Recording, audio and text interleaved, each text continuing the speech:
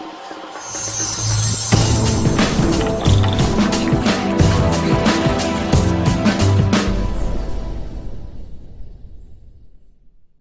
Jenny from Crafty Miller, and today I'm going to walk you through how to do CE testing on soft toys so that you can sell them in the future. Let's start. Today's test is going to be carried out on this little guy, my little stuffed sloth. He's going to be prepared, ready for any age children, so there are a few things that we need to go through. Now, in order to certify your own toys at home, you first need to purchase a conformance pack, which gives you a list of how to do the tests, and it also gives you the templates on all the individual technical files that are needed to make sure that you can legally sell soft toys.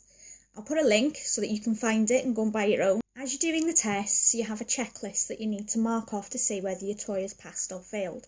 But don't worry, if it fails at any point, you can just change that problem area and retest it.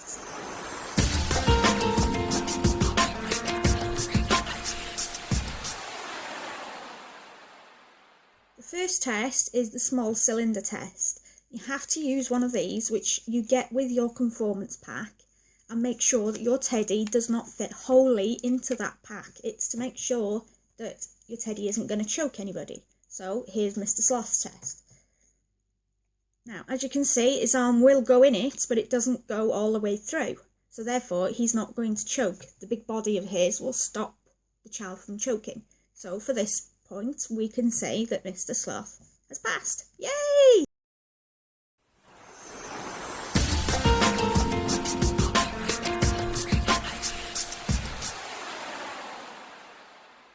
Right, okay, so now we shall attach the weights to Mr. Cat.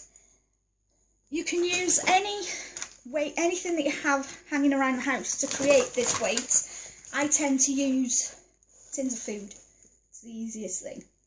So, hold Mr. Cat at the clamp, remember, don't hold the toy, and attach the bag of weights. And then, over a time of 5 seconds, you need to attach the extra weights. So I'll just add them in now.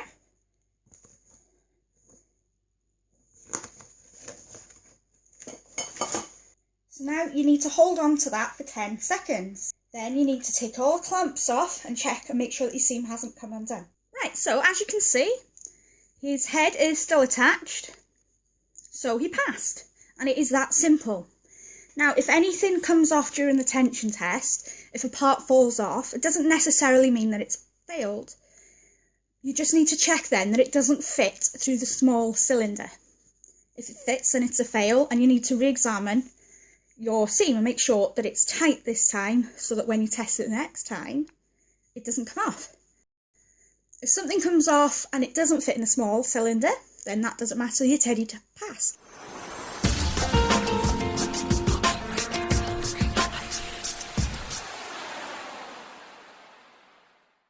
Another test that Mr. Sloth needs to pass is the torque test. Now you have to do this on any part that has a seam.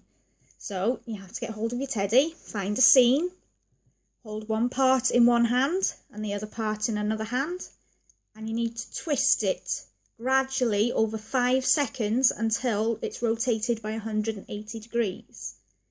Keep hold of that force, make sure he doesn't unrotate again for 10 seconds and then release. Now you have to do it the other way. So again, get hold of the teddy,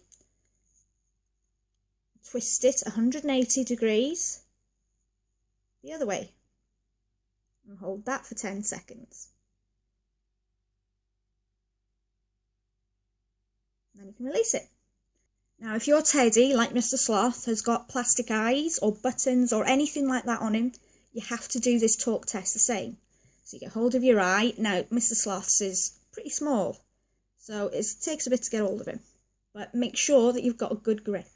So you get hold of his eye and you twist it 180 degrees and hold it for 10 seconds and let it go.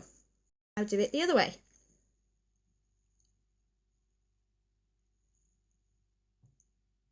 And hold on to it. Now that's 10 seconds, so we can let him go and his eye's still there.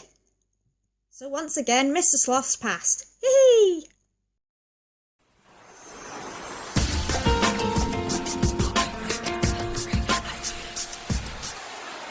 That last test, the tension test, if anything comes off, then you need to check it through your small cylinder. If it doesn't go through, then don't worry, it doesn't matter that that part fell off. But if it does fit through, then unfortunately your toy has failed the test. Now this isn't the end of the world. You just need to take the offending seam off and find a different way to reattach it so that when you repeat the tension test, the seam doesn't come apart. The same goes for any stuffing. If you get any loose stuffing coming out that fits in the rod, then that's a problem. So what you have to do is make sure that the holes that the stuffing has come out of, whether that is at the seam or during crochet where you have holes, then you need to re-examine how you've done it and make sure that it doesn't happen again. Now you also need to do the tension test on the eyes. Now Mr. Sloth has got tiny little eyes. Now if the eyes or anything like that is bigger than a 6mm, then you have to redo the test, but you have to use 9.2 kilograms of weight. If the eye is less than 6mm, like Mr. Sloth's, you repeat the test, but you just do it with 5.1. Now, for things like this, the easiest way to do it is to tie a bit of string around his eye and then attach that to the clamps and repeat the procedure. Once all that's done, you've passed and the teddy's great to go. If you have trouble with eyes, it might be worth looking into getting safety eyes. Now these Mr. Sloth's eyes have a washer on the back that stops them from being able to come through the hole. So therefore, you know, he passes the test.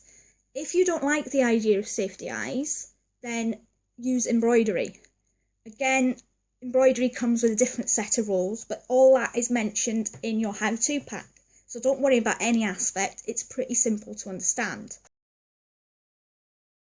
Next test is the rod test. Now for this, you basically are trying to shove a rod into any seams to make sure that you can't, the child can't reach a damaging area.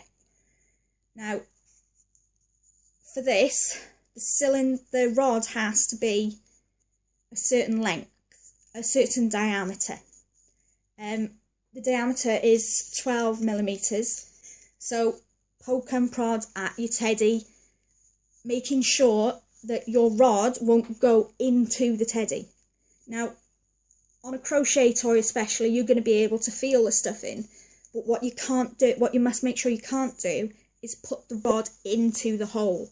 If it goes in to any of these holes, then you need to re-examine how you've done it to make sure that the tension when you're crocheting stops these holes from being so big. Right, you're nearly finished. There's only 2 more tests left. So the first one is the drop test. And what they want you to do is to drop your teddy from a height of 850mm onto a flat surface. Now I've got a big wooden table. They want you to make sure that the hard component, in this case his eyes, hit. Once you've done that, you check that the component isn't broken or cracked or anything like that. You need to make sure he's safe.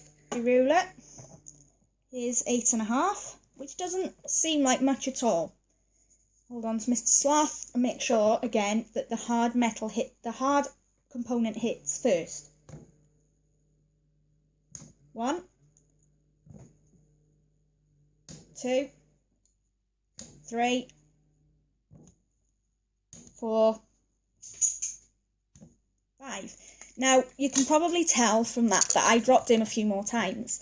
This is because the component didn't hit. Now the reason you do it on a hard surface is so that you can hear it. He hit 5 times, I had to drop him 10. It's an extra second of your time. Make sure that you do the test.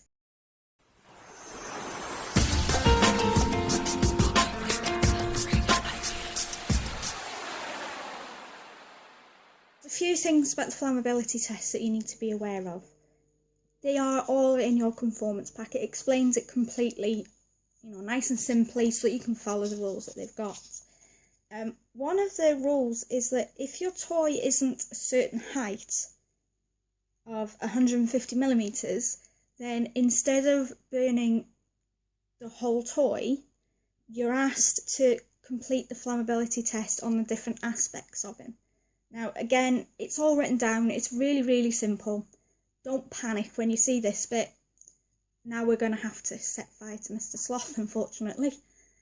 So what you have to do is that you make sure that your toy is secured at the top and that your lighter that you're going to use to burn, to set him alight, is 5mm away from the toy, and it has to be 20mm height of the flame. You set fire at the bottom point, you let it burn. Once he goes out, you then measure how high up the burn went. If you set him alight and he completely self-extinguishes, then your toy's passed. You know, you can celebrate, it's brilliant news. If the flame gets all the way to the top of the head, don't panic. Put the toy out and measure how long it took for him to burn all the way up. Again, as long as the rate of the spread is less than 30mm a second, so as long as he's not burning by more than 3 centimetres a second, then your toy passes. So even if he goes up like a ball of flames, as long as he does it by these strict guidelines, he still passes. Okay, so here's Mr. Sloth all ready for his flammability test.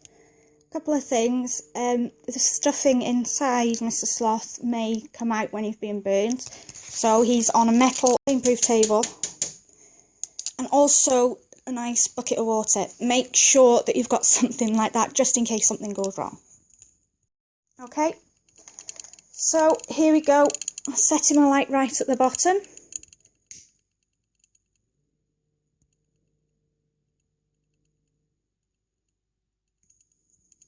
And he's off.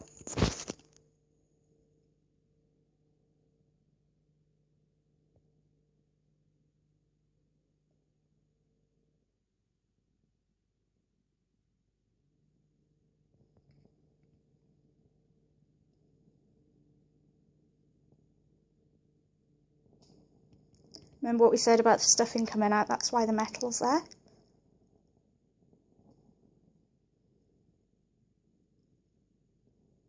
Okay, so as you can see, it's coming up to the top of his head now. So there we go, we'll put him out now. Right, so as you could see from the flammability test, Mr. Sloth unfortunately went up. But that doesn't necessarily mean that he failed. Once the fire reached the top of his head, we put him out, and then I measured to make sure that the burn rate was a pass. Now, Mr. Sloth's burn rate was actually only 5mm a second, so he passed. What you might have noticed is that there was a couple of little problems that I've realised once I watched the video back. The first one is that I actually held the lighter too close. So when you get your pack, read through and make sure that that doesn't happen. I also held the light for 5 seconds when actually you only need to hold it for 3. So that probably explains why Mr. Sloth went up so big. Now, you don't necessarily need to redo the test, because despite the fact of all those things, Mr. Sloth's burn rate still wasn't enough for a fail. So luckily we don't have to burn another sloth. So as long as you follow everything in the guide that's been set out so far, you'll see that CE testing is actually really easy. And it's something that is a legal requirement, so make sure that you do it for any teddies. But if anybody out there has decided they're not going to sell toys because they're worried about these CE tests, I do hope that this little video has helped you to see that actually it's not such a big deal.